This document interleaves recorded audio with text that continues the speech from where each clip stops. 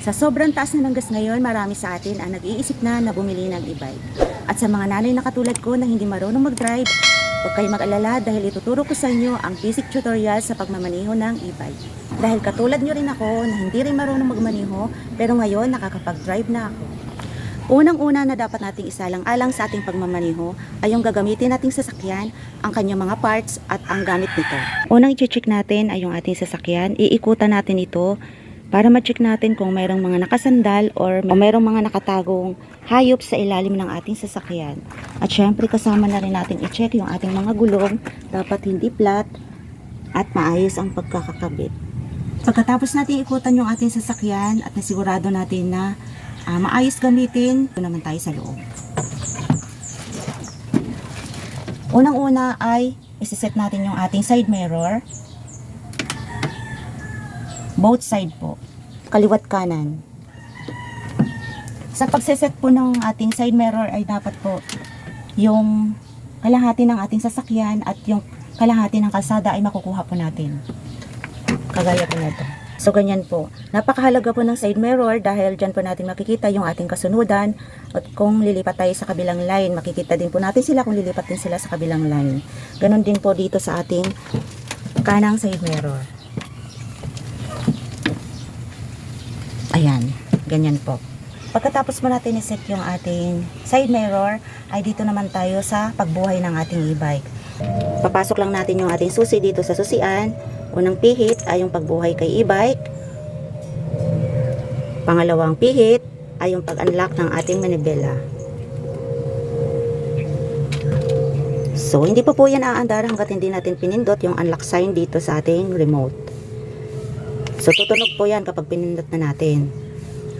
Pero hindi pa rin yan naandar hanggat hindi natin nilipat yung ating gear dito sa drive. Naka-neutral tayo dahil nga naka-park tayo. So, lilipat po natin yung ating gear dito sa drive. Meron po tayo ditong 4 na sign. Yung R po is reverse. Yung N po is neutral. Yung D po is drive. At yung S po is yung speed o yung mabilis na takbo ng ating e-bike. So, dito tayo sa drive. Pagkatapos po niyan ay lilipat tayo dito sa ating handbrake. Yung ating handbrake po ay nakataas dahil nakapark po tayo. So ibababa po natin yan. Pipindutin lang po natin yung maliit na nozzle. Sabay hatak pataas ng konti at baba. Yan. Si 4 wheels e-bike nga pala ay para din siyang features ng kotse. So meron po tayo ditong brake at accelerator. Ito po yung magpapatakbo kay e-bike, yung accelerator. So ngayon na ibaba na natin yung ating handbrake at nakadrive na rin yung ating gear, ay pwede na po itong tumakbo. Pero bago po tayo tumakbo ay check muna natin yung ating ilaw kung nagana lahat. So ito po yung gear ng ating ilaw. Naka-off po siya dahil nakapark po tayo. So titingnan natin kung gaano kalakas yung ilaw niya. Dito yung medyo mahina lang siya. Hindi siya masyadong kita dahil nga araw ngayon. At ito naman yung malakas. Maliwanag din naman siya. Sa gabi pwede naman siyang ibiyahe. So hindi siya masyadong kita nga dahil nga araw ngayon. So i-off natin siya. Pagkatapos niyan, okay naman lahat nagana. In case na malobat kayo or merong aberya sa inyong sasakyan, ay pwede po kayong mag-sign ng hazard. So, i-click lang natin to. Ayun, nag-hazard siya. Ibig sabihin ay mabagal yung inyong takbo or may aberya kayo. So, i-off lang natin siya pag hindi natin siya kailangan. At wag din po natin kalimutang i-check yung ating busina. So, ngayon ay pwede na tayong mag-drive. Pero unang-una, dapat iset po natin yung ating sarili sa kondisyon. Dapat po nakapokus po tayo dahil yun po ang pinakamahalaga sa pagdadrive dahil nakasalalay po yung buhay natin at buhay ng ibang motorista. Normal lang sa una nakabahan tayo pero isipin po natin na kaya po natin gawin. At syempre, mag-pray din po tayo na ipagkaloob sa atin yung biyaheng maayos at matiwasay.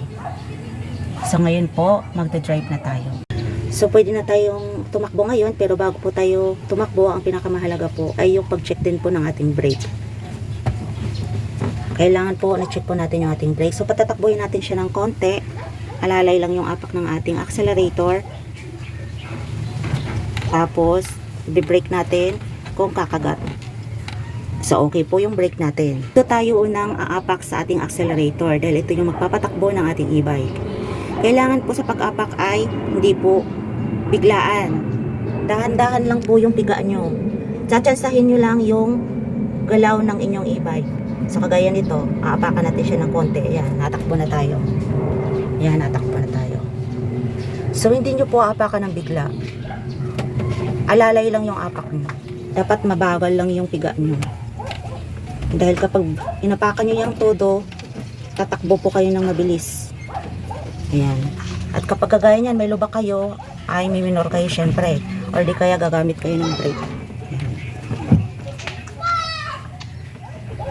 Yan lang. Pag a-atras tayo ay isi-switch naman natin yung ating gear dito sa reverse. Ganyan lang. A-atras na po yan. So, ma-atras na tayo. Ayan, liliko tayo dito. So, magsisignal ulit tayo. Ayan, hahawiin lang natin siya at makikita nyo yung blink na yon, yung kulay green, ibig sabihin umiilaw po siya dito sa ating side. Ayan, nagbiblink po siya. So, liliko tayo ngayon. Sa pagliko nyo, katulad nito na parang ano siya, hirap, ipupul nyo lang ng ikot tong inyong manibela. Sabay apak ng konti sa accelerator. Dahan-dahan lang. Ay, naka-neutral pala tayo. Yan, reverse. Ay, drive ulit.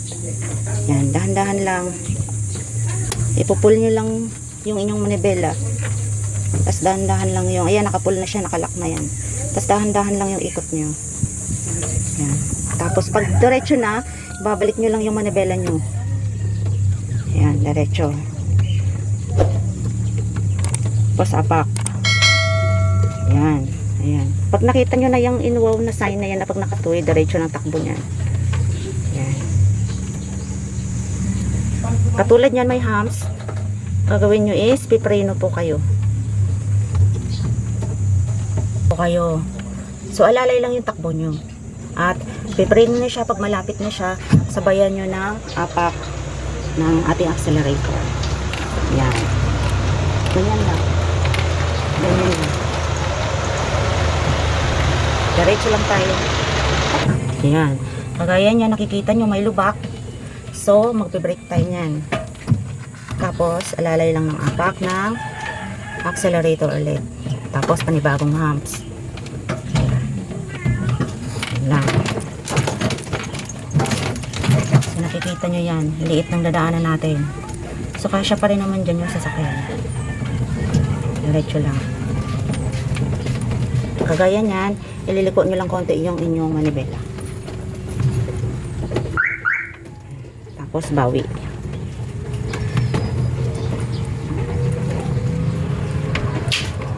Diretso. So dito liliko na tayo. Ayan yung kanto na yan. Ito yung kanto na yan. Liliko tayo dyan. So kapag ganyan, magsasign ulit tayo. So yun na yun. Nakasignal na tayo dyan. Liliko tayo. Pagka ganyan, ipupul ulit natin ng pihit yung ating manibela. Ipupul ulit natin ng pihit yung ating manibela. Tapos, abak. Yan. Yan. Tapos pag tweed na, ay babalik na natin yung ating manibela. So, yun lang. Diretso lang. Sa liit ng skinita dito, no. Ayan. Apak ka lang ganyan. Diretso lang.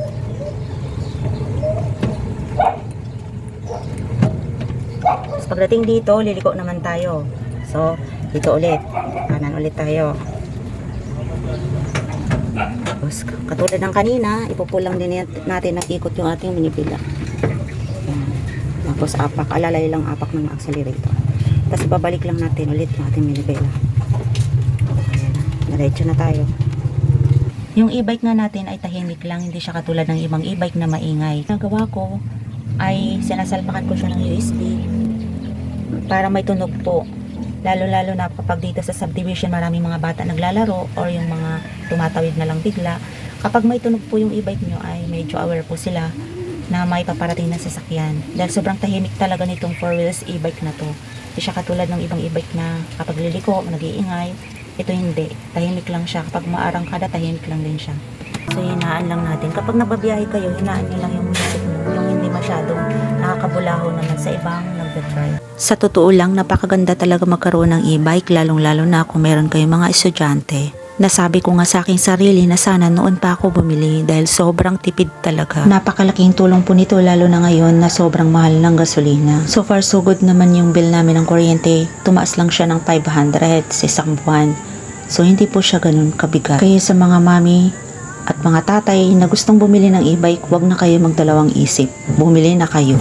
Sa mga nagtatanong kung magkano ang presyohan ng ganitong unit ngayon ay nasa 88,000. At dahil binigyan nila ako ng discount na 2K, nakuha ko na lang siya ng 86,000 cash. So, yun lang po ang masishare ko sa inyo ngayon. Sana po nagustuhan nyo. Pabigay naman po ako ng like kung nagustuhan nyo. At pa-share po ako doon sa mga gustong bumili ng e-bike para magkaroon naman sila ng ideya. Ako po si Mama Gemma nagsasabing maraming salamat sa inyong support at panonood. God bless po sa inyong lahat. Hanggang sa muli. Bye!